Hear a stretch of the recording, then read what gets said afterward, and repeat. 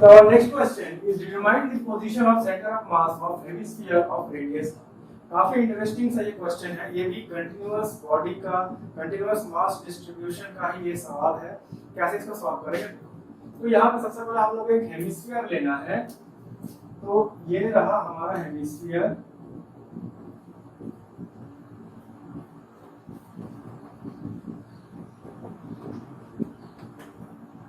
अब ये वाले हेमिस्फीयर में हम लोगों को सेंटर ऑफ मास पता करना है।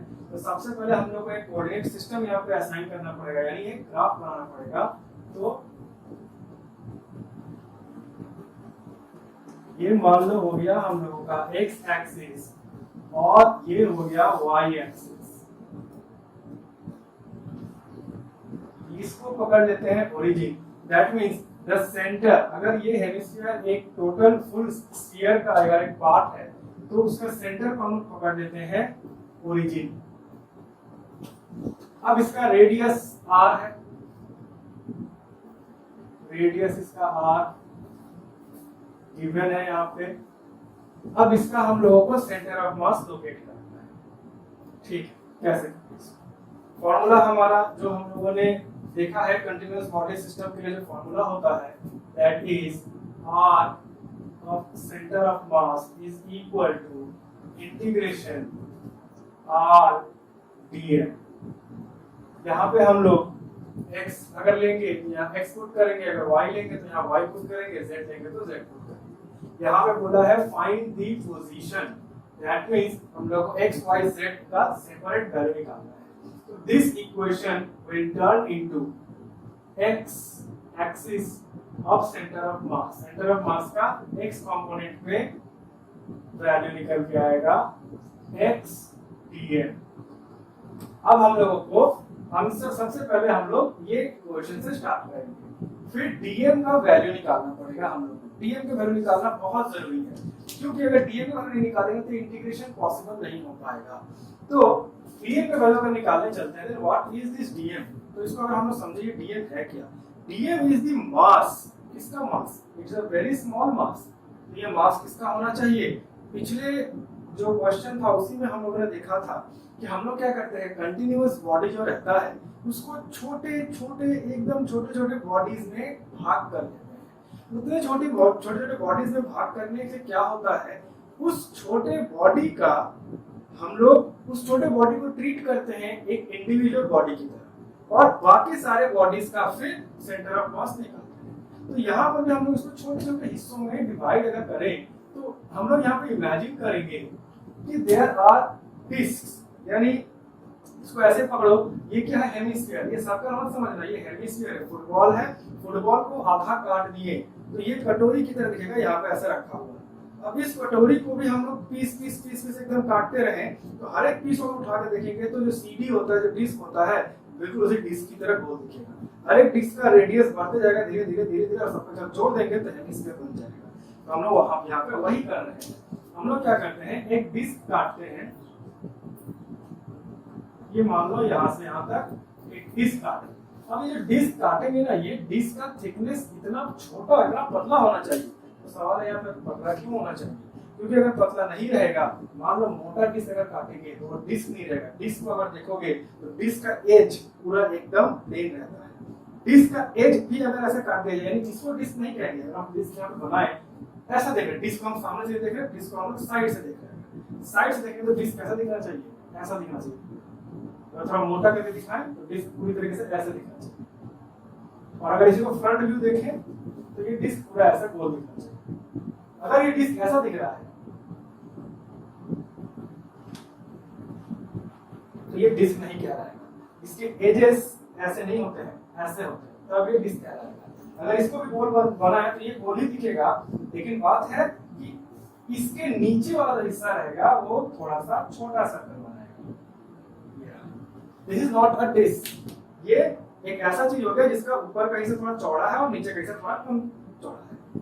तो हम लोगों को ये चीज अगर यहाँ पे मोटा हिस्सा काटेंगे तो हमको ये मिल जाएगा। हमको इसीलिए इसका लेंथ इतना छोटा रखना है, इतना छोटा रखना है, इतना छोटा रखना है कि ऑलमोस्ट एज इसका इस तरह से दिख जाए। तो ये याद रखना, एक कर्व है, इसके लिए आपको कितना कम इसका विड्थ करना पड़ेगा। यानी इसके विड्थ को हम काफी कम करते हैं यहाँ पे, इसके विड्थ को हम एकदम कम करते हैं और उसके विड्थ को हम लोग dx लेते हैं, बट फॉर स्टडी पर्पस थोड़ा बड़ा बनाते हैं ताकि हम लोग इसको स्टडी कर पाए। ले लिए इसकी जो चौड़ाई है ये एकदम dx है और इसका जो रेडियस होगा ये होगा y।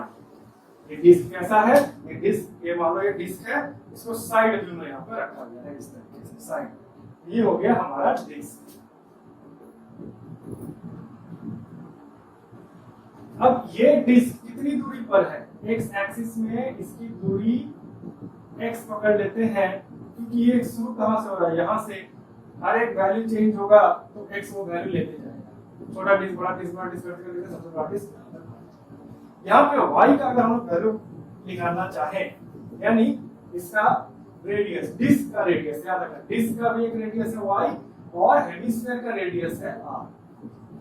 तो पाइथागोरस थ्योरम से हम लोग y वैल्यू निकाल सकते हैं। वैसे पाइथागोरस थ्योरम क्या होता है, perpendicular square is equal, perpendicular square plus base square is hypotenuse square. तो इन दैट केस अगर आपको परपेंडिकुलर स्क्वायर चाहिए तो it will be equal to hypotenuse square minus base square. That means perpendicular square y square will be equal to r square minus x square. ठीक है, ये तो रह गया हमारा साइड। एक और फॉर्मूला हम लोग पकड़ेंगे व्हिच इज इक्वल टू, यानी density is equal to mass per unit volume. अब यहाँ पर density is equal to mass per unit volume, यहाँ पे ये जो डिस्क हम पकड़े हैं उसका अगर हम लोग मास निकालना चाहें, यानी mass of the disc, mass of the disc हो जाएगा dm। अब ये वाला फॉर्मूला पकड़ते हैं, मास इज इक्वल टू, यहां से हम लोग लिखें mass is equal to density into volume. तो ये क्या हो जाएगा, mass of the disc dm is equal to, ऐसे लिख सकते हैं mass of the disc dm is equal to density into the volume dv। Now density जो है, इस डिस्क का जो डेंसिटी है, इस स्फीयर का भी सेम डेंसिटी है, उसको काटे हैं उसको। और वॉल्यूम कैसे निकालते हैं, वॉल्यूम को हम लोग को निकालना है तो इसके लिए हम लोग क्या कर देंगे, area of the disc, area of the disc multiplied by its width dx। आपको पता है अब एरिया ऑफ द डिस्क कैसे निकलता है, एरिया ऑफ द डिस्क निकलता है y r स्क्वायर, r के बदले यहाँ पे है y, तो ये हो जाएगा y square dx। This gives us the value of the mass of that disc. Now अब ये फॉर्मूला को हम लोग इस्तेमाल कर सकते हैं, यानी सेंटर ऑफ मास का x एक्सिस में लोकेशन हो जाएगा integration x dm। Now dm का वैल्यू अगर यहाँ पर हम लोग पुट कर दें तो ये हम लोग को दे देगा, यानी इसी का वैल्यू को इसमें हम पुट कर दें तो ये दे देगा हम लोग को इंटीग्रेशन x रो पाई y स्क्वायर dx। अब यहाँ पे y स्क्वायर का वैल्यू हम लोग ऑलरेडी पुट कर चुके हैं, r square minus x square. तो इसका वैल्यू को भी अगर इसमें हम लोग पुट कर दें तो हम लोग को फाइनली जो इक्वेशन मिलता है दैट इज सेंटर ऑफ मास का x एक्सिस में लोकेशन हो जाएगा इंटीग्रेशन, जो डेंसिटी है वो कांस्टेंट रहेगा, वो बाहर आ जाएगा, पाई जो है वो कांस्टेंट रहेगा, वो बाहर आ जाएगा। हाँ, और एक चीज यहाँ पे रहेगा, this is divided by m, ये हम भूल गए थे यहाँ बताना, डिवाइडेड बाय m, यानी this is also divided by net mass m। इसको बाहर वैसे भी लेना है हम लोगों को, तो ये बाहर रहेगा, रो कांस्टेंट है, पाई कांस्टेंट है, ये बाहर आ जाएगा, we will get rho pi by m integration y square के बदले आ जाएगा r square minus x square, और x तो है ही आप देख तो पहले से, यानी x और बाकी बच गया dx। अब ये इंटीग्रेशन बहुत बढ़िया से पॉसिबल है। इस इंटीग्रेशन को हम लोग जो करेंगे, ये कहां से कहां तक चलेगा इंटीग्रेशन, ये इंटीग्रेशन चलेगा 0 से r तक, यानी यहां से यहां तक जाएगा तो r रेडियस कहलाएगा। इस इंटीग्रेशन को वहां से वहां तक लेकर जाना है।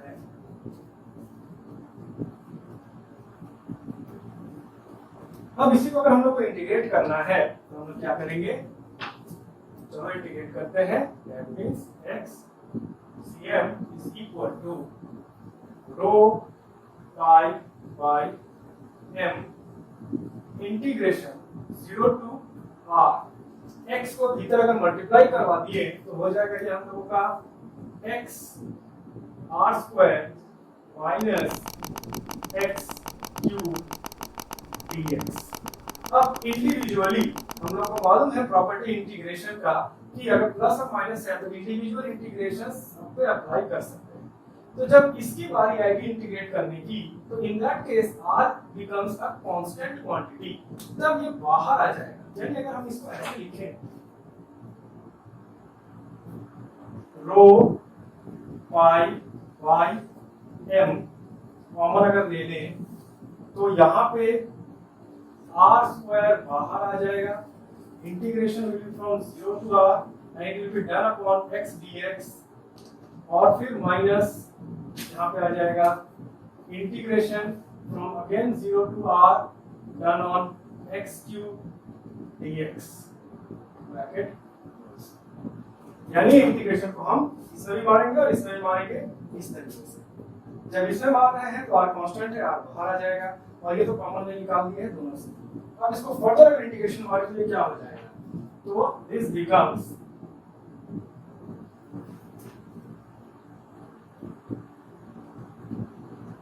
ये हो जाएगा हम लोगों का, ये कॉमन ले लेते हैं बाहर x स्क्वायर बाई 2। तो सिंपल सा इंटीग्रेशन है, फॉर्मूले में इसको डालेंगे तो ये हो जाएगा r square multiplied by x square by 2 minus x to the power of 4 by 4 और ये upper limit to lower limit integrate माना।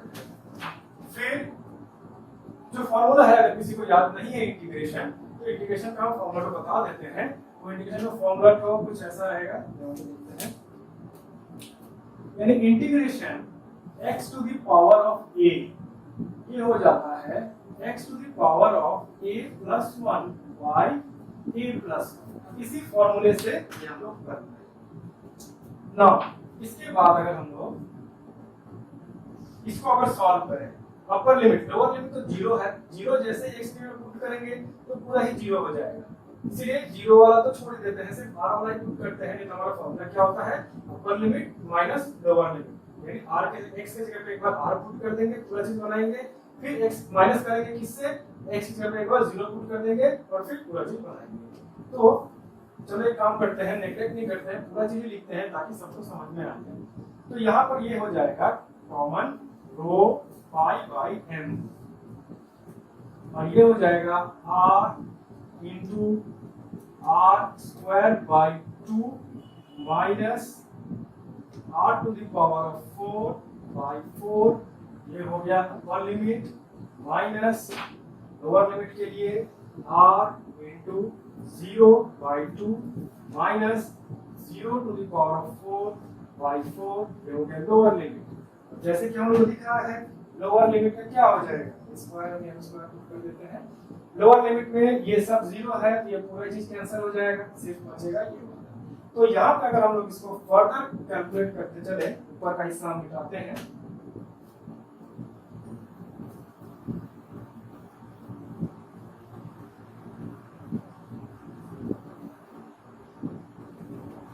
तो ये हो जाएगा x centre of mass will be rho m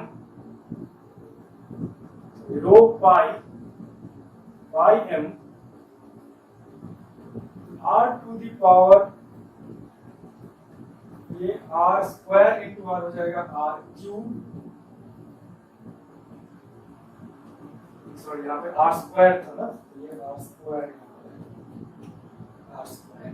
ये हो जाएगा r to the power of 4 by 2 minus r to the power of 4 by 4। अभी तो नॉर्मल अलजेब्रा है, एलसीएम करोगे तो ये हो जाएगा r by r to the power of 4 by 2। That means we will get 1 after 2 ये हो जाएगा r बाई 4 करके आ जाएगा। तो ये करके दिखा दे, अगर सिर्फ ये वाला हिस्सा अगर रहेगा तो नीचे वाला हो जाएगा 4, इसे 2 करना तो ये हो जाएगा 2 r to the power of 4 minus r to the power of 4 which will give us r to the power of 4 by 4। तो ये हो जाएगा रो 5 by m r to the power of 4 by 4। इसको अगर हम लोग सिंप्लीफाई करें, कुछ कट रहा है क्या? कुछ नहीं कट रहा है, यानी we get our value which is rho pi r to the power of 4 divided by 4m। ये जो इक्वेशन हमारा आ रहा है, ये इक्वेशन जो रिक्वायर्ड इक्वेशन है हमारा, इसको हम लोग चाहे तो फर्दर और भी क्लासिफाई कर सकते हैं, जैसे कि m, ये जो रहा m, यहाँ पे m क्या है? मास। ये किसका मास है? ये हेमिस्फीयर का मास है। तो यहाँ पे हम लोग ये फॉर्मूला लगा सकते हैं, जैसे कि density is equal to mass per unit volume. तो density is equal to, if density, हम ये वाले हिस्से को मिटाते हैं, नीचे वाले हिस्से को,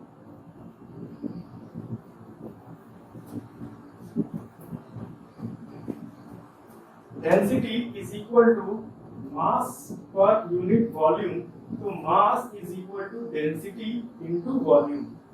तो अगर ये इक्वेशन में m को हम चेंज करना चाहें, ये है पूरे हेमिस्फीयर के लिए।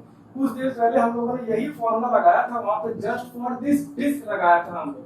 तो वो डिस्क का हम लोग अलग रखेंगे और ये लगा रहे हैं फॉर हेमिस्फीयर। तो हेमिस्फीयर के लिए जब भी लगाएंगे तो डेंसिटी सेम ही रहेगा वहां पर, बिकॉज़ है तो डिस्क हेमिस्फीयर का ही हिस्सा। तो ये हो जाएगा m is equal to rho into volume of the hemisphere. Sphere, total sphere का वॉल्यूम होता है 4/3 पाई r क्यूब, यानी 4/3 पाई रेडियस हो गया r क्यूब। तो ये हेमिस्फीयर है, यानी इसी का आधा, यानी इसको डिवाइड में अगर 2 कर दें तो ये 2 से काट देगा यहाँ पे, तो ये हो जाएगा 2/3 पाई r क्यूब। सो यही m का वैल्यू यहाँ अगर पुट करते हैं तो हमको क्या डेटा मिलता है? ये हो गया rho pi r to the power of 4/4, और ये जो m है इसको हम लोग लिख सकते हैं 1 by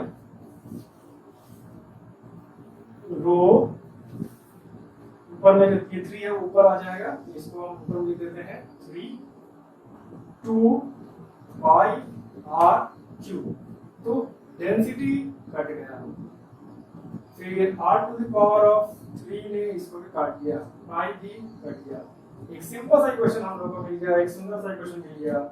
x centre of mass that is 3/4, अच्छा 3/4 है, नीचे में 2 भी है, यानी 3/8 हो जाएगा ये वाला 3/8, और कुछ नहीं है नीचे में, बस r है 3/8 r। यानी हम लोगों ने पहली बात इसी रूप में क्यों नहीं रखा?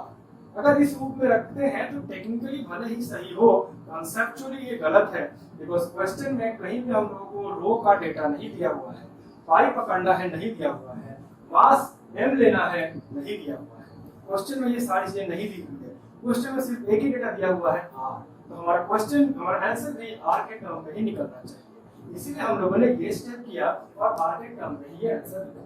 तो let me erase the rest of the part.